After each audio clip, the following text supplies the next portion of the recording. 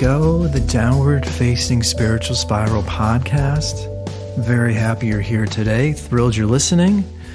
As you know, I'm Eddie Cohn, host and creator of the show. Very brief show today. No conversation, no interview, just me chatting about a few things that have been on my mind over the last couple weeks. You know where to find me on Instagram, Twitter, at Eddie Cohn. Had some wonderful conversations over the last few weeks, so definitely check them out with Tim Kobza, Alex Zeck, and Dan Lutz. And I just spoke a few days ago to Philip Peterson. He's a producer, musician, cello player up in Seattle. So that conversation should go live hopefully in the next week or so. But I can't help but think that it was important for me to reach out to you or record this episode because I have found myself caught up in a few things that I think you may relate to, or maybe these are areas that I'm curious if you've been thinking about at all, or are you even aware of these areas that I've been thinking about? And I've been thinking about numbers and our culture's obsession with numbers. And is that really a good thing? Have we sort of dehumanized people and we're just being reverted as a number? We're being thought of as a number, and that's it. And I guess I'm caught up in all this because, as you probably know, I'm releasing new music everywhere I go. You know, whether it's on Spotify, YouTube, Instagram, as I'm posting videos about my songs. You know, it's how many people have streamed, how many people have listened, how many people have subscribed, how many people are following you, liking you. And look, I am fully aware of the idea that I am caught up in the numbers. I think to myself, I don't think this is a very healthy place to be right now. You know, and the irony here is, of course, I mean, am I wrong to think more is better? You know, I want more people to be listening to my music, to be listening to my podcast. I have more views on my music video for Freedom than I have ever had in my entire life when it comes to music that I've released. I guess it's just very peculiar to release music and then you sort of see these running tabulations of numbers of how many listened, how many have subscribed. Is it better that more have subscribed? Because the world that we live in reveres more numbers. The more numbers, I guess, it instantly must mean the better. But does it? Is it better to have more?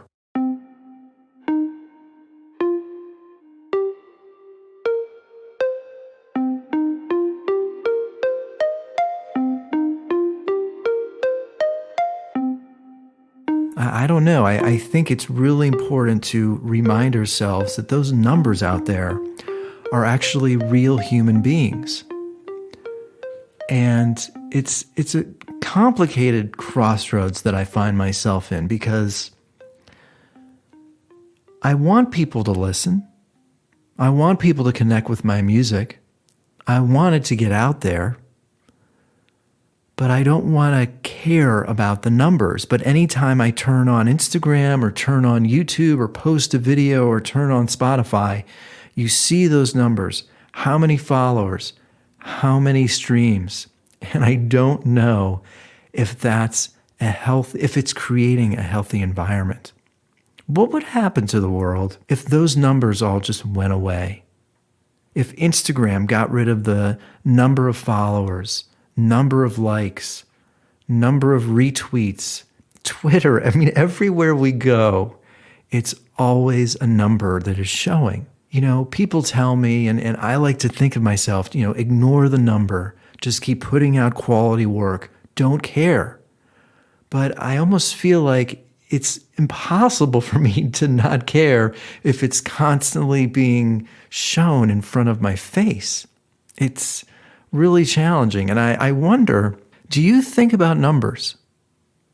Or if you're not even thinking about it, do you notice that you sort of make a judgment call about something or someone when you see that number.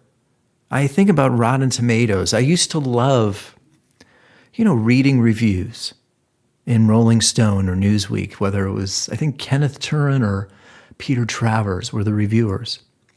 But now people just go to Rotten Tomatoes and sort of see that number, 82, 84, 76. Wow, that's a creaky door. Hey, Nellie. Nellie? Yes, hello. My cat just walked in. Hey, Nellie. So what number are you? What's your number where you're willing to give a movie or a TV show a chance? I don't know. I get frustrated or confused by we spend years and years living and creating and trying to create something of high quality, and then it's, turned into a number, an average. When you go find a new artist on Spotify or Twitter or wherever, do you see those numbers, the number of people are following? Are you more impressed with the artist if 5,000 people are following them as opposed to 1,000? Do you even care? When you find a new artist on Spotify and you're streaming, do you look that they have, do you notice that they have 10,000 followers? Do you even care? Or are you more impressed by somebody that does as opposed to somebody who has only 40 followers? Do you care? Do you even pay attention? Or are you not even aware that you're paying attention? I'm curious if numbers plays any role in your day-to-day life. I don't know. Do you look up to people that have more followers? And it feels like people get a false sense of confidence or ego about themselves the more followers they get. I think these running tabulations of numbers has really reshaped people's psyches, what people are striving for. I mean, I feel like people out there right now are doing as much as they can to get more followers, to raise that number. And that number will never reach a space where they're satisfied. Is more better? And I bring all this up because I've read an interesting article on the KCRW website today, how to rearrange your post-pandemic friendscape. And I just want to read one section to you.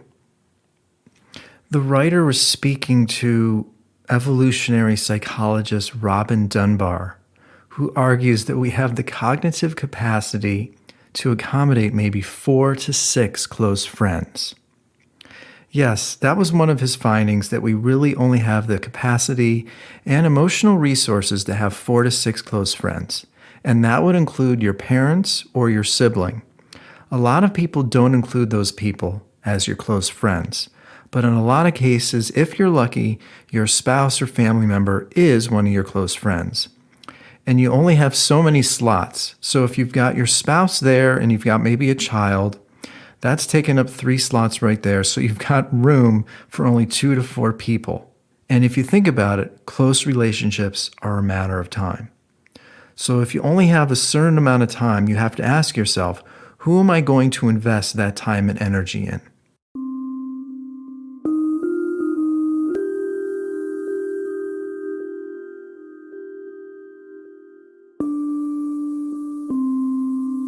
Last point here before I let you go.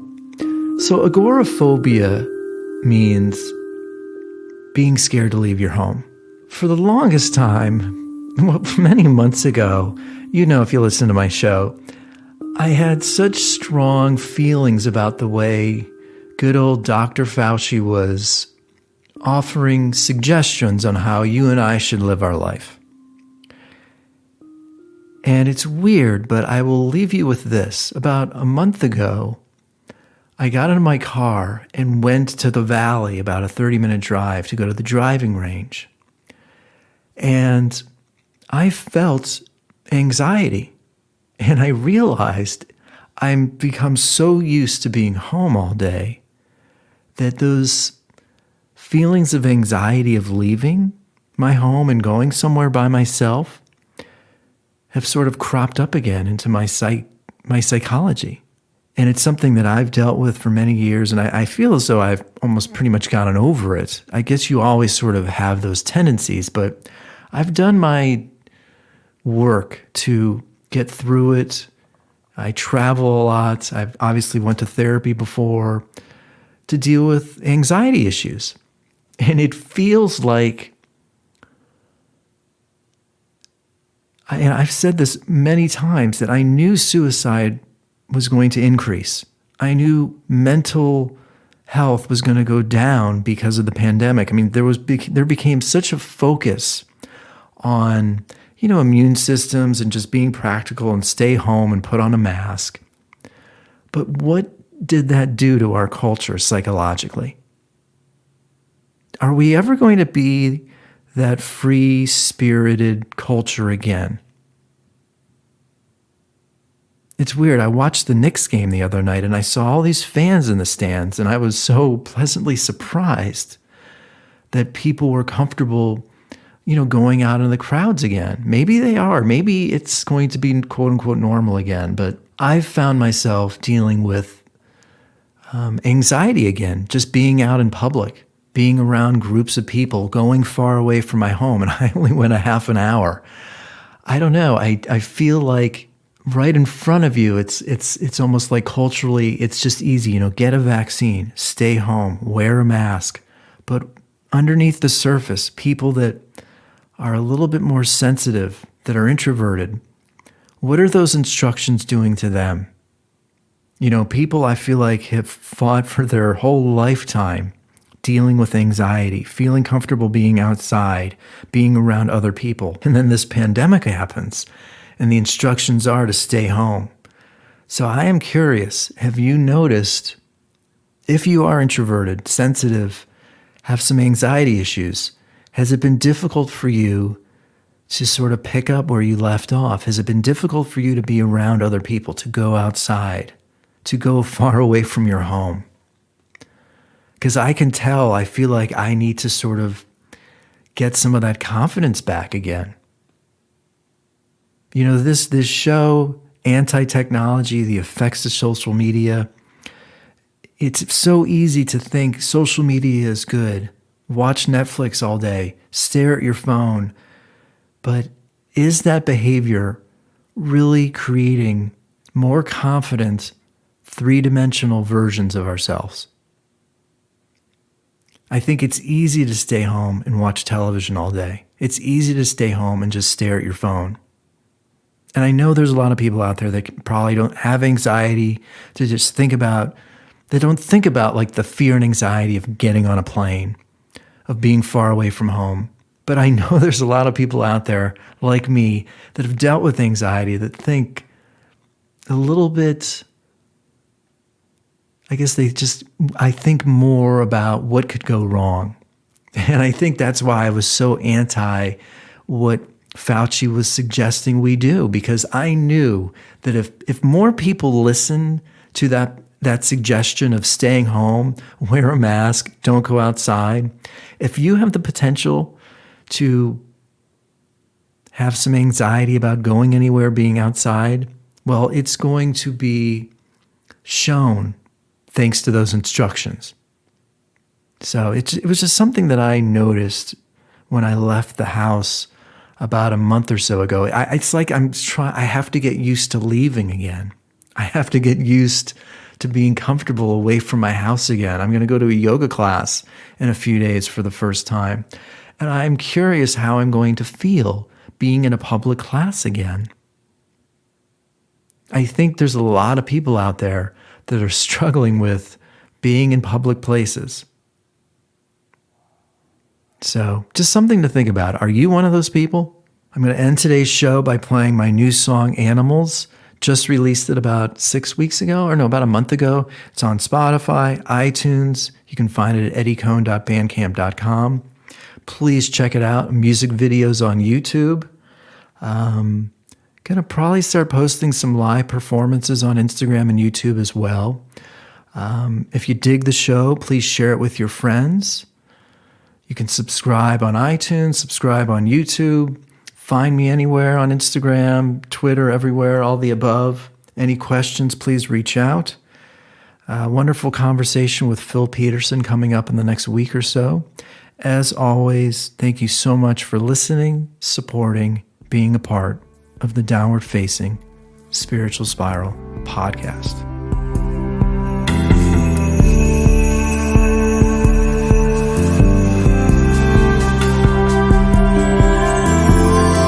I can feel them watching, don't think we can start with love again. I think the world wants us to blow up ourselves and try again. I know we can be strong. I know we can be animals. I know we can be full. I know we can be, what are you waiting for?